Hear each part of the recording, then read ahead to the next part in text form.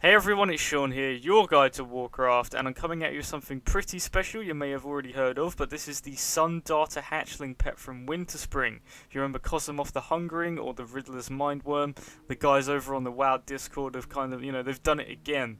So you want to head to the top of Winterspring. You can see I'm right on the top of Kalimdor here, like probably the most northern part of Kalimdor you can get, above Winterspring, and then you will find the Cave of Consumption right at the back here. Now you're going to need a lot of items in order to get this, and I'll have full credit in the description below. You're going to need all of these, I guess, protection potions from the Burning Crusade, a Scroll of Intellect, Pygmy Oil, Ethereal Oil, like the Fire Water, you need Scotty's Coin, like there's so much stuff. I don't know how they figured all of this out, and I will have that full list with descriptions on how to get each and every single one of them in the description below. So, provided that you've now looked at the description or have already pre-prepared and already got all of these items, you want to head into the cave. Now, you can't use any abilities while in the cave. You can see here, I'm going to use Wraith Walk to get in the cave. Teleported me out because I was too far in using my Wraith Walk ability. The game was like, nope.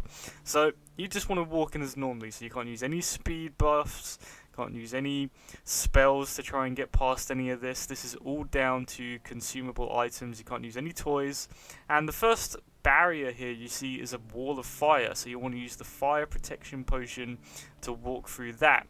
Then you're met with this Fellfire wall. Now I think what the lore behind this is that Fellfire is, I guess, aka Chaos, and you have to use all of the protection potions, which have a 17-minute duration inside the cave.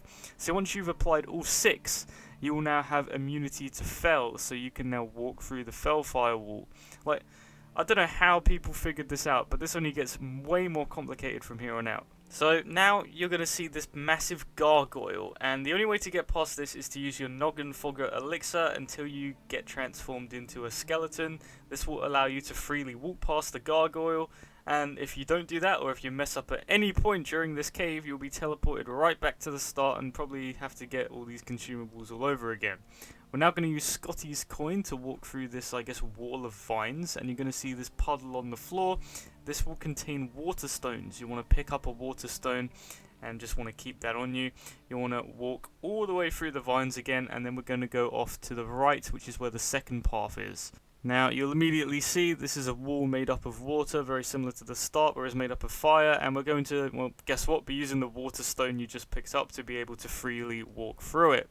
Now, don't go too far, you don't want to do anything risky, and you'll see a massive golem in the distance similar to the gargoyle. You want to use the dire Brew that you should have hopefully picked up from Blackrock Depths.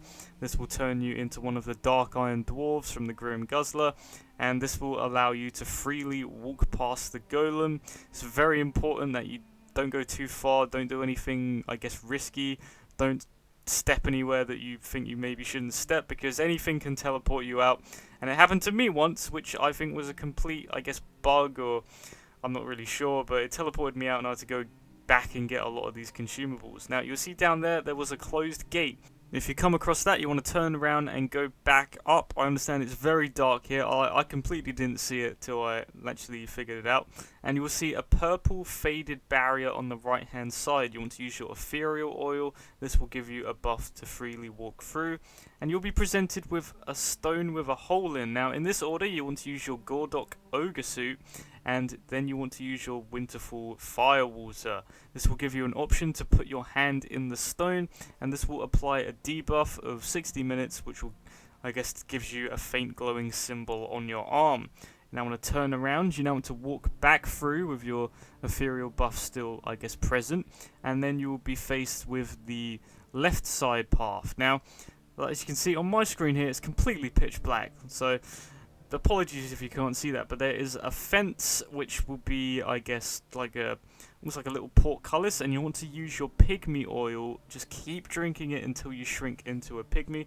This will allow you to be small enough to just fit straight through and run to the other side, where you will find the Wisdom Cube. Now, it is important not to remove any of your buffs at this point unless you're told to. There's only one you're going to have to remove. Now, go through all of the Wisdom Cube's dialogue options, and then you want to summon your Perky Pug. I don't know how they figured this out.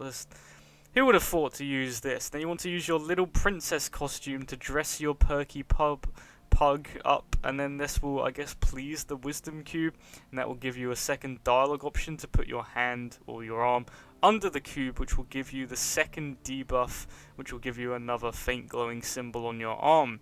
Now you've done both of these, you want to head back through that little portcullis, and you want to head down. Now make sure that you walk down. Don't jump like me, because it teleported me out because I jumped down and tried to take a shortcut.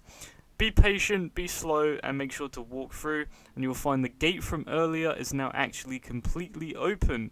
So now that that gate is completely open, you just want to walk all the way through, and again, this is completely pitch black for me, and then you want to look on your right hand side, and you'll be faced with a massive cavern with water on the left hand side, and this rock with a plaque on your right. Do not go in the water, very important. Now at this point, all you want to do is go up to the plaque and read it, which I guess contained the clue for the very last part. This is the very last step, and now you want to remove your Winterfall Fire Water buff. This will shrink you a little bit, but you just want to remove that because now that will allow you to use your level 1 Scroll of Intellect. Once you apply this, this will allow you to now freely walk along the water. Now, don't jump. That can I've heard that can teleport you out, and if this is the last step, not really worth taking that risk. So you want to walk on the right hand side across the water, and there we have it, the Sun Darter Hatchling in the egg. That's a lot of effort and a hell of a secret. Like, I really love these secrets. I really love Blizzard doing all this, and it must be so fun for these people to discover.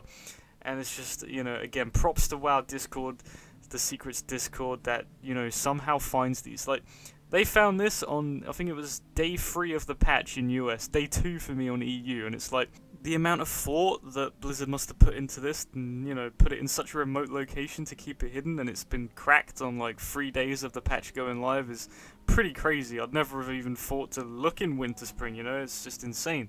But that's all for this video. Be sure to subscribe for some more Warcraft guides and videos. That's all for this one. All credit will go down in the description below. And that's all for this, so thanks very much for watching.